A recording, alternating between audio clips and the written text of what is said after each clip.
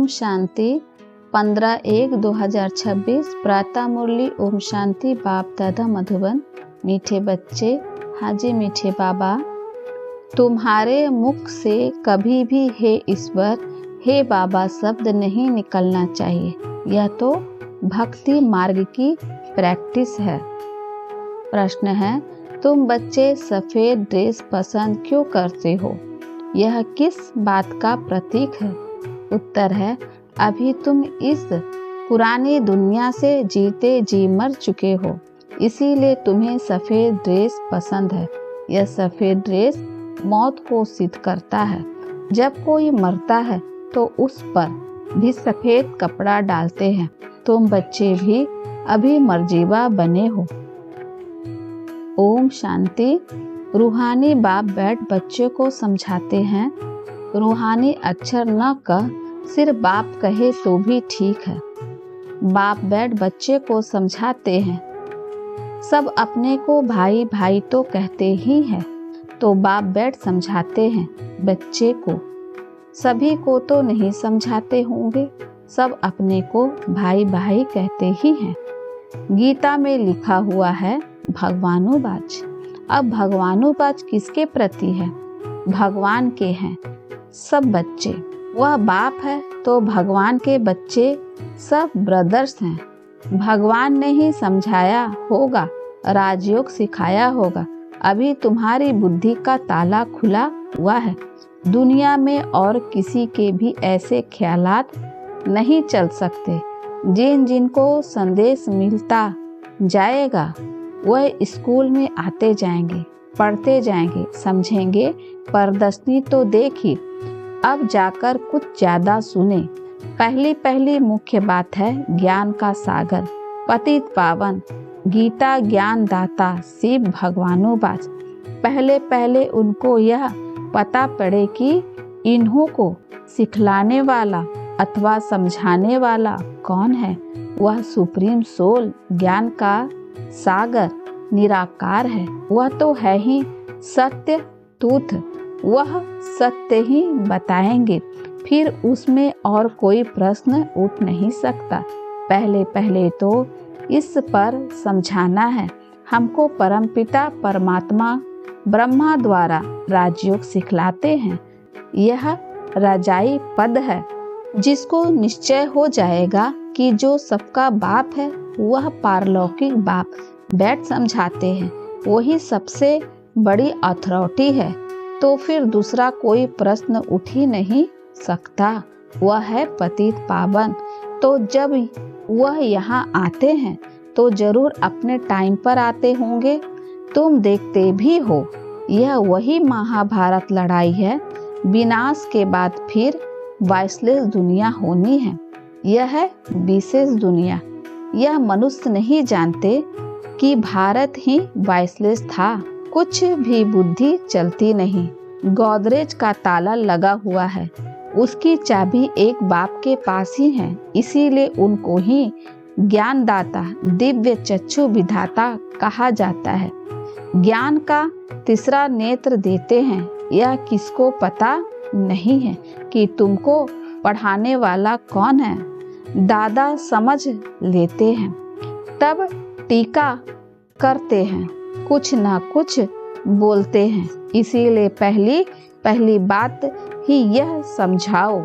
इसमें लिखा हुआ भी है शिव भगवानुवाच। वह तो है ही तूथ। बाप समझाते हैं, मैं पतित पावन शिव हूँ, मैं परम धाम से आया हूँ इन शालिग्रामों को पढ़ाने। बाप है ही नॉलेजफुल। सृष्टि के आदि मध्य अंत का राज समझाते हैं। यह शिक्षा अभी तुमको ही बेहद के बाप से मिल रही है। वही सृष्टि के रचयिता हैं, पतित सृष्टि को पावन बनाने वाले हैं। बुलाते भी हैं, हे पतित पावन आओ। तो पहले उसका ही परिचय देना है। उस परमपिता परमात्मा के साथ आपका क्या संबंध है? वह है ही सत्य। नर से नारायण बनने की सत्य नॉलेज देते हैं। बच्चे जानते हैं बाप सत्य हैं, बाप ही सचखंड बनाते हैं। तुम नर से नारायण बनने यहाँ आते हो। बैरिस्टर पास जाओगे तो समझेंगे हम बैरिस्टर बनने आए हैं। अभी तुमको निश्चय है कि हमें भगवान पढ़ाते हैं। कई निश्चय करते भी हैं, फिर संशय बुद्धि हो जाते हैं तो उनको सब मनुष्य कहते हैं। तुम तो कहते थे भगवान पढ़ाते हैं, फिर भगवान को छोड़ क्यों आए हो? संशय आने से ही भगंती हो जाते हैं। कोई न कोई विकर्म करते हैं। भगवानुबाज काम महाशत्रु है। इन पर जीत पाने से ही तुम जगत जीत बनोगे। जो पावन बनेंगे वही पावन दुनिया में चलेंगे। यहाँ है ही राजयोग की बात। तुम जाकर वहाँ रजाई करोगे। बाकी जो भी आत्माएं हैं वह अपना हिसाब किताब चुकतू कर वापिस अपने घर चली जाएगी। यह कयामत का समय है। अब यह बुद्धि कहती है सतयुग की स्थापना जरूर होनी है। पावन दुनिया सतयुग को कहा जाता है। बाकी सब मुक्ति धाम में चले जाएंगे। उनको फिर अपना पाठ रिपीट करना है। तुम भी अपना पुरुषार्थ करते रहते हो पावन वन और पावन दुनिया का मालिक बनने के लिए। मालिक तो सब अपने को समझेंगे ना। प्रजा भी मालिक है। अभी प्रजा भी कहती है ना हमारा भारत। बड़े ते बड़े मनुष्य सन्यासी आदि भी कहते हमारा भारत। तुम समझते हो इस समय भारत में सभी नरकवासी हैं। अभी हम स्वर्गवासी बनने के लिए यह राजयोग सीख रहे हैं। सब तो स्वर्गवासी नहीं बनेंगे। यह अभी ज्ञान आया है। वे लोग जो सुनाते हैं शास्त्र सुनाते हैं वह है शास्त्रों की अथॉरिटी। बाप कहते हैं यह भक्ति मार्ग के वेद शास्त्र आदि सब पढ़ने से सीढ़ी नीचे उतरते जाते हैं। यह सब है भक्ति मार्ग। बाप कहते हैं जब भक्ति मार्ग पूरा होगा तभी मैं आऊंगा। मुझे ही आकर सब भक्तों को भक्ति का फल देना है। मेजॉरिटी तो भक्तों की है। सब पुकारते रहते हैं ना हे गॉड फादर। भक्तों के मुख से ओ गॉड फादर हे भगवान जरूर निकलेगा। अब भक्ति और ज्ञान में तो फर्क है। तुम्हारे मुख से कभी हे ईश्वर हे भगवान यह अक्षर नहीं निकलेंगे। मनुष्यों को तो यह आधा कल्प की प्रैक्टिस पड़ी हुई है। तुम जानते हो वह तो हमारा बाप है। तुमको हे बाबा थोड़े ही करना है। बाप से तो तुमको बरसा लेना है। पहले तो यह निश्चय है हम बाप से बरसा लेते हैं। बाप बच्चों को बरसा लेने का अधिकार बनाते हैं। यह तो सच्चा बाप है ना। बाप जानते हैं यह हमारा बच्चे हैं जिन्हों को हम ज्ञान अमृत पिलाया, ज्ञान चिता पर बैठाए, घोर नींद से जगाया, स्वर्ग में ले जाता हूँ। बाप ने समझाया है आत्माएं वहाँ शांति धाम और सुख धाम में रहती है। सुख धाम को कहा जाता है वाइसलेस वर्ल्ड। संपूर्ण निर्विकारी देवता है ना, और वह है स्वीट होम। तुम जान गए हो कि हमारा होम वह है।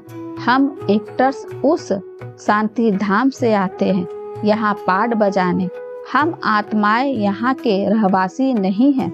वह एक्टर्स यहाँ के रहवासी होते हैं। सिर्फ घर से आकर ड्रेस बदल कर पाठ बजाते हैं। तुम तो समझते हो हमारा घर शांति धाम है।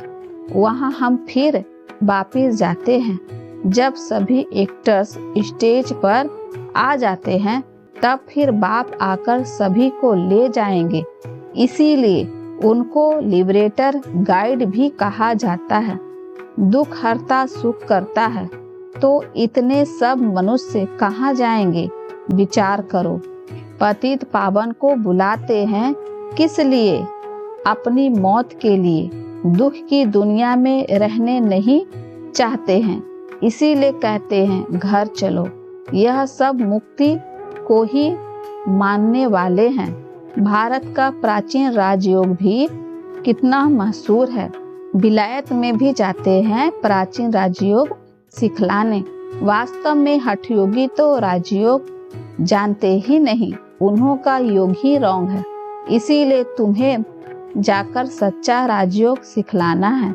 मनुष्य को सन्यासियों की कफनी देख उन्हों को कितना मान देते हैं। बौद्ध धर्म में भी सन्यासियों को कफनी पहनी हुई देख उनको मान देते हैं। सन्यासी तो बाद में होते हैं। बौद्ध धर्म भी शुरू में कोई सन्यासी नहीं होते हैं। जब पाप बढ़ता है तब सन्यास धर्म स्थापन होता है। शुरू में तो वह आत्माएं ऊपर से आती है, उनकी संख्या आती है। शुरू में सन्यास सिखलाकर क्या करेंगे? सन्यास होता है बाद में। यह भी यहाँ से कॉपी करते हैं। क्रिश्चियन में भी बहुत है जो सन्यासियों का मान रखते हैं। कफनी की जो पहरवाइज है वह हठयोगी की है। तुमको तो घरबार छोड़ना नहीं है, न कोई सफेद कपड़े का बंधन है, परंतु सफेद अच्छा है। तुम भट्ठी में रहो तो ड्रेस भी यह हो गई है। आजकल सफेद बहुत पसंद करते हैं। मनुष्य मरते हैं तो भी सफेद चादर डालते हैं। तुम भी अभी मर्जीबा बने हो तो सफेद ड्रेस अच्छी है। तो पहले कोई को भी बाप का परिचय देना है। 2 बाप है, यह बातें समझने में टाइम लगते हैं। प्रदर्शनी में इतना समझा नहीं सकोगे। सतयुग में होता है 1 बाप। इस समय तुमको 3 बाप है, क्योंकि भगवान आते हैं प्रजापिता ब्रह्मा के तन में। वह भी तो बाप है, सबका लौकिक बाप भी है। अच्छा, अब तीनों बाप से ऊंच वर्षा किसका? निराकार बाप वर्षा कैसे दे? वह फिर देते हैं ब्रह्मा द्वारा। इस चित्र पर तुम बहुत अच्छी रीति समझा सकते हो। शिव बाबा निराकार हैं और यह है प्रजापिता ब्रह्मा आदि देव, ग्रेट ग्रेट ग्रैंडफादर। बाप कहते हैं मुझ शिव को तुम ग्रेट ग्रेट ग्रैंडफादर नहीं कहोगे, मैं सभी का बाप हूँ। यह है प्रजापिता ब्रह्मा। तुम हो गए सब बहन भाई। भल स्त्री पुरुष है, परंतु बुद्धि से जानते हैं हम भाई बहन हैं। बाप से वर्षा लेते हैं। भाई बहन आपस में क्रिमिनल एसाल्ट कर ना सके। अगर दोनों की आपस में विकारी दृष्टि खिंचती है तो फिर गिर पड़ते हैं, बाप को भूल जाते हैं। बाप कहते हैं तुम हमारा बच्चा बन फिर मुंह काला करते हो। बेहद का बाप बच्चों को बैठ समझाते हैं। तुमको यह नशा चढ़ा हुआ है, जानते हो। ग्रस्त व्यवहार में भी रहना है। लौकिक संबंधियों को भी मुंह देना है, तोड़ निभाना है। लौकिक बाप को तो तुम बाप कहोगे ना, उनको तो तुम भाई नहीं कह सकते हो। ऑर्डिनरी वे में बाप को बाप ही कहेंगे। बुद्धि में है यह हमारा लौकिक बाप है। ज्ञान तो है ना, यह ज्ञान बड़ा विचित्र है।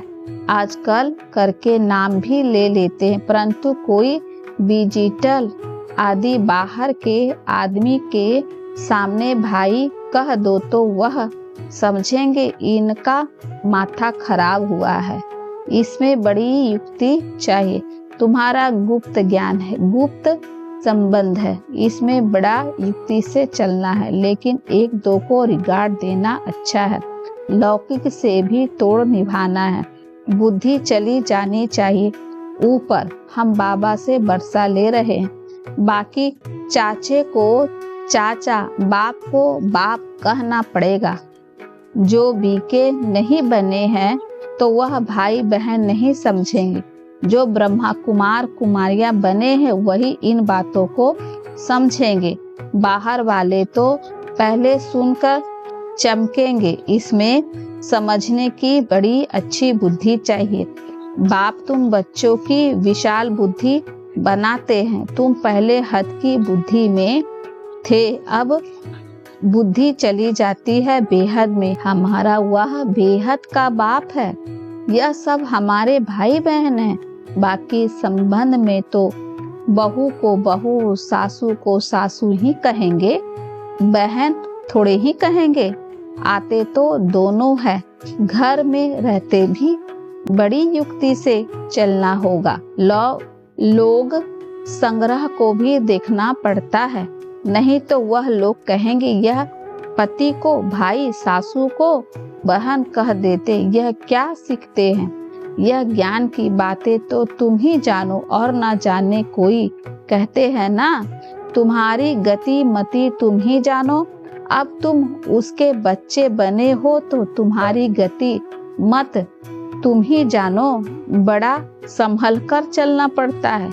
कहाँ कोई मुझे नहीं तो प्रदर्शनी में भी तुम बच्चे को पहले यह समझाना है कि हमको पढ़ाने वाला भगवान है। अब बताओ वह कौन है, निराकार शिव या कृष्ण? निराकार शिव या श्री कृष्ण? शिव जयंती के बाद फिर आती है श्री कृष्ण जयंती, क्योंकि बाप राजयोग सिखलाते हैं। बच्चों की बुद्धि में आया ना, जब तक शिव परमात्मा न आए शिव जयंती मना न सके। जब तक शिव आकर कृष्ण पूरी स्थापन न करे तो श्री कृष्ण जयंती भी कैसे मनाई जाए। श्री कृष्ण का जन्म तो मनाते हैं, परंतु समझते थोड़े ही हैं। श्री कृष्ण प्रिंस था तो जरूर सतयुग में प्रिंस होगा ना। देवी देवताओं की राजधानी होगी। सिर्फ एक श्री कृष्ण को तो बादशाही नहीं मिली होगी, जरूर कृष्णपुरी होगी ना। कहते भी हैं कृष्णपुरी, और यह है कंसपुरी। कंसपुरी खत्म हुई, फिर कृष्णपुरी स्थापन हुई ना। होती भारत में ही है, नई दुनिया में थोड़े ही यह कंस आदि हो सकते हैं। कंसपुरी कहा जाता है कलयुग को। यहाँ तो देखो कितने मनुष्य हैं, सतयुग में थोड़े होते हैं। देवताओं ने कोई लड़ाई नहीं की। कृष्णपुरी कहो अथवा विष्णुपुरी कहो, देवी संप्रदाय कहो, आसुरी संप्रदाय यहाँ है। बाकी न देवता और असुरों की लड़ाई हुई, न कौरवों पांडवों की हुई। तुम रावण पर जीत पाते हो। बाप कहते हैं इन 5 विकारों पर जीत पाने तो तुम जगत जीत बन जाओगे। इसमें कोई लड़ना नहीं है। लड़ने का नाम ले तो हिंसा हो जाए। रावण पर जीत पानी है, परंतु नॉन वारियस से, सिर्फ बाप को याद करने से हमारे विकर विनाश होते हैं। लड़ाई आदि की कोई बात नहीं। बाप कहते हैं तुम तमो प्रधान बन गए हो, अब फिर तुमको सतो प्रधान बनना है। भारत का प्राचीन राजयोग मशहूर है। बाप कहते हैं मेरे साथ बुद्धि का योग लगाओ तो तुम्हारे पाप भस्म होंगे।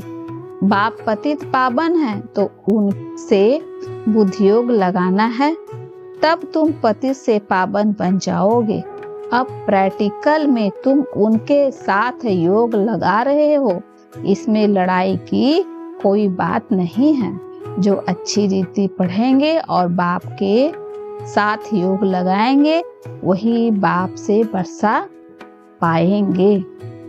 अच्छा, मीठे मीठे सिख लद्दे बच्चों प्रति माता पिता बाप दादा का याद प्यार और गुड मॉर्निंग। रूहानी बाप की रूहानी बच्चों को नमस्ते।